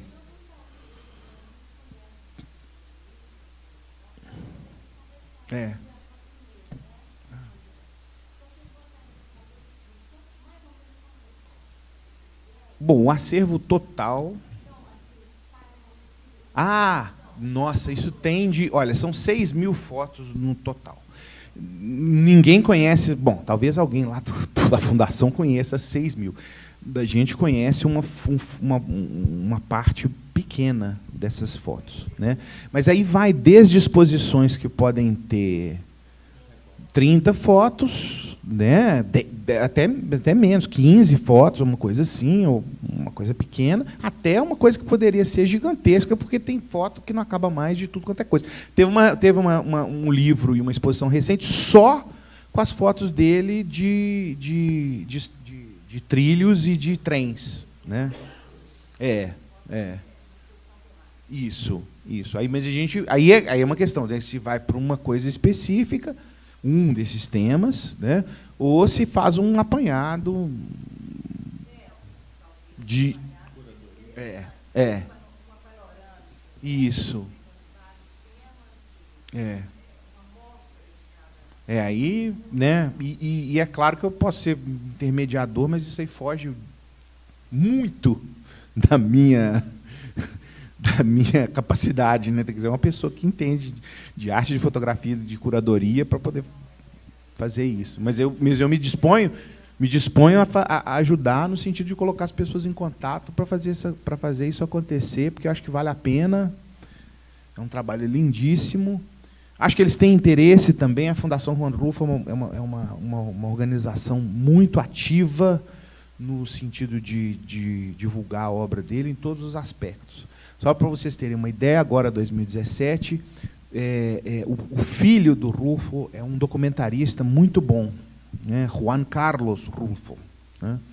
E ele fez agora para a televisão, são 6 episódios, cada um deles de 1h30, mais ou menos, sobre vários aspectos diferentes, a carreira, o envolvimento dele com o cinema, o envolvimento dele com fotografia, os romances, a vida, né, são o quê? 6 vezes meio, são 9 horas, né, de filme, que foi feito agora, né, e que está sendo lançado agora na televisão no México. Tudo patrocinado pela fundação, que tem esse interesse, assim, a família dele, nesse caso, é exemplar, né? Porque tem um exemplar. E exato. Porque as pessoas, enfim, não vamos entrar nos detalhes disso, mas eu digo assim, é uma família exemplar nesse sentido, porque ela se coloca para, assim, qualquer coisa que seja séria e criteriosa e tal, e que vá abordar a obra dele, seja com cinema, seja com a fotografia, seja com os contos, seja com qualquer outra coisa, eles estão ali ajudando, dando apoio, promovendo encontros na UNAM, na universidade, promovendo encontros em Guadalajara, na feira de Guadalajara também, estão sempre buscando. Eles convidaram o Luiz Rufato para ir lá há uns 2 ou 3 anos atrás para falar sobre o Rulfo, através de um interesse que o Rufato tinha pelo Rulfo e tal. Então eles estão muito ativos nesse sentido, e o negócio deles é a obra mesmo, é promover a obra e aumentar a visibilidade dele, né? E da obra dele, mais do que qualquer coisa. Eu convido a todos a acompanhar a nossa programação, mas eu quero agradecer muito ao Eduardo, à Inês e ao Paulo a disponibilidade e generosidade com que aceitaram o nosso convite. Venham sempre. Muito obrigado, e obrigado ao público também. Obrigado a vocês.